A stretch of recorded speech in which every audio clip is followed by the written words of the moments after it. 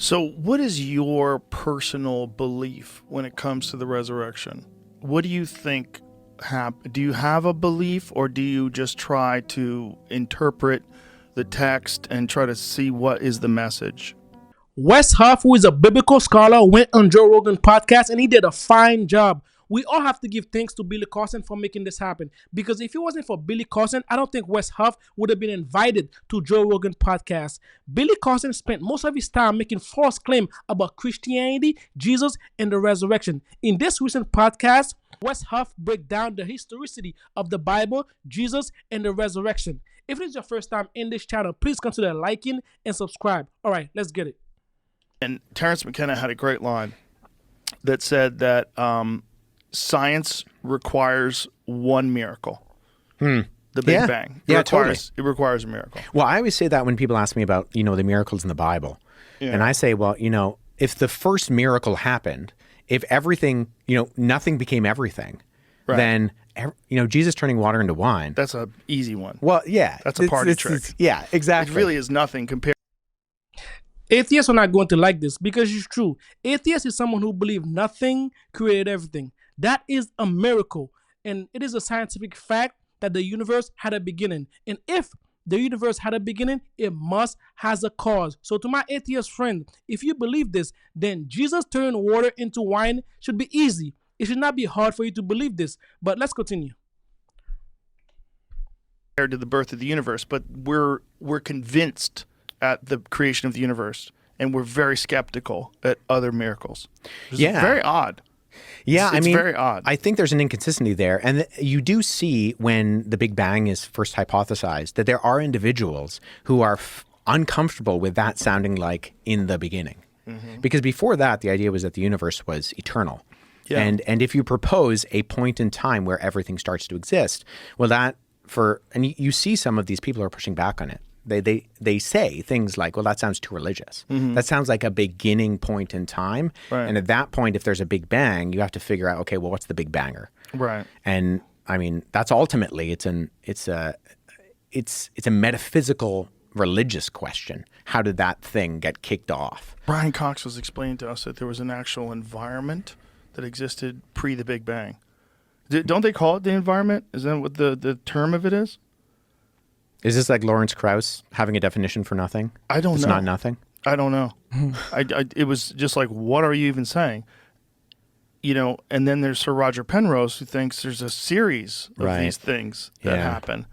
And that it's just this constant birth of universes and death of universes and birth of new universes. And it's like...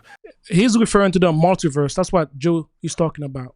Big Bang, expansion, heat, death. Now let's go to the second most significant part of the podcast, where Wes Huff give some evidence for the resurrection of Jesus. Take a look. So what is your personal belief when it comes to the resurrection? What do you think do you have a belief, or do you just try to interpret the text and try to see what is the message? Well, I think so. As a historian, I do think it is a historical question. You have a guy who objectively lived, he objectively died, and then individuals close to his inner circle claim that they see him not dead. Right. Again. This is a highly unusual activity. Highly unusual. Right. So, but it's hard when you're dealing with illiterate populations, you're dealing with thousands of years of time, you're dealing with an oral tradition. And then you have us sitting here talking about it in 2024, trying to figure it at the end of 2024, trying to figure this out. Literally the end. Yeah. Last couple of days. It's very difficult for anybody who thinks of themselves as an intelligent person who's secular to even entertain the possibility that someone died and come back to life. And I get that. But we've already talked about the fact that we don't think that the only thing that exists is matter and motion. We as in you and I, right? Like, we believe that there's something else going on in this world that's a little bit crazy. There's something else. And that to, I think, exclude that, I think excludes something that you're kind of putting blinders on. For. And you do have, I mean, you're right in terms of all of these ancient conventions and the ways that things were spread around. But the Gospels are written in the lifetime of the eyewitnesses. And they're written in this period of time where you have groups of individuals who could have fact-checked those things.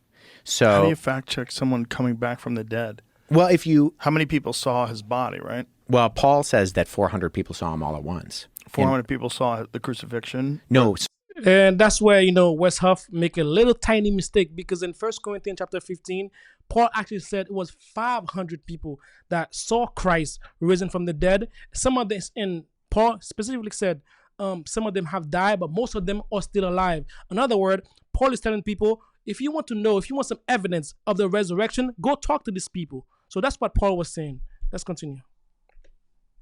saw the resurrected Jesus. Yeah, 1 Corinthians 15, Paul says that Jesus appeared to the disciples, and then he appeared to 400 people all at once. I mean, if we read the Gospel of Luke and the Gospel of Luke and Acts, so same author wrote these both documents, he says that Jesus was walking around teaching them for 40 days after he was resurrected from the dead. And so these are written within a time period when you have people who would have seen Jesus's ministry, who were there, say, at something like the feeding of the 5,000, who could have been able to verify or debunk some of these things that are being said. And you go from a bunch of scared guys who, because Jesus wasn't the only messianic figure who arose and claimed to be the Messiah. Right. There were a number of individuals both prior to and after Jesus, but they die and the movement dies with them. Do you think it's possible that he didn't die? And do you think it's possible that they thought he was dead? Because that does happen. There was actually a case very recently where a guy was about to be harvested for organs. They thought he was dead, and this guy started moving again and came back to life. It's a very, very bizarre case because his family had been told that he was going to be harvested for organs. They were preparing for that. And this guy comes back. This was an amazing podcast. I encourage you to go watch it. It's about 3 hours long. So grab your snacks, grab your drinks, and enjoy the show. So Joe Rogan have all the evidence that he need for him to become a Christian. So let us pray for him, for him to make that next step. All right, guys, this is a video out for you guys, and I'll see you on the next video. Don't forget to like and subscribe. May God bless you.